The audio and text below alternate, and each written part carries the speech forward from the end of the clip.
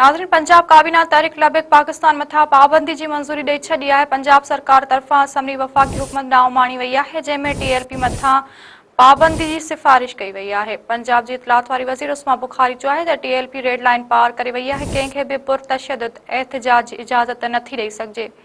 सूबे अंदर हथियारनि मथां पाबंदी आहे, लाउड स्पीकर रुगो आज़ान लाइ इस्तेमाल थींदो। लाहौर में प्रेस कॉन्फ्रेंस कंदे उस्मा बुखारी वधीक चयो त पाकिस्तान में मज़हबी जमातूं सियासी अमल जो हिस्सो आहिनि, कंहिं बि मज़हबी जमात या मदरसे ख़िलाफ़ का कार्रवाई नाहे कई वई।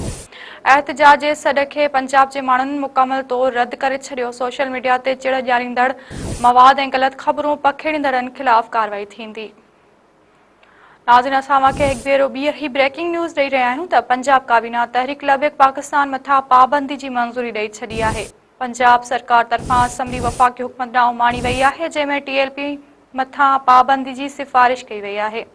पंजाब जे इतलात वारी वज़ीर उस्मा बुखारी चयो त टीएलपी रेड लाइन पार करे वई आहे, कंहिंखे बि पुरतशद्दुद एहतजाज जी इजाज़त नथी ॾेई सघिजे। सूबे अंदर हथियारनि मथा पाबंदी आहे, लाउड स्पीकर रुगो आज़ान लाइ इस्तेमाल थींदो। लाहौर में प्रेस कॉन्फ्रेंस कंदे उस्मा बुखारी वधीक चयो आहे त पाकिस्तान में मज़हबी जमातूं सियासी अमल जो हिस्सो आहिनि, कंहिं बि मज़हबी जमात या मदरसे ख़िलाफ़ का कार्रवाई नाहे कई वई। एहतजाज जे सॾ खे पंजाब जे माण्हुनि मुकमल तौर रद्द करे छॾियो। सोशल मीडिया ते चिड़ ॾियारींदड़ मवाद ऐं ग़लत ख़बरूं पखेड़ींदड़नि ख़िलाफ़ कार्रवाई थींदी।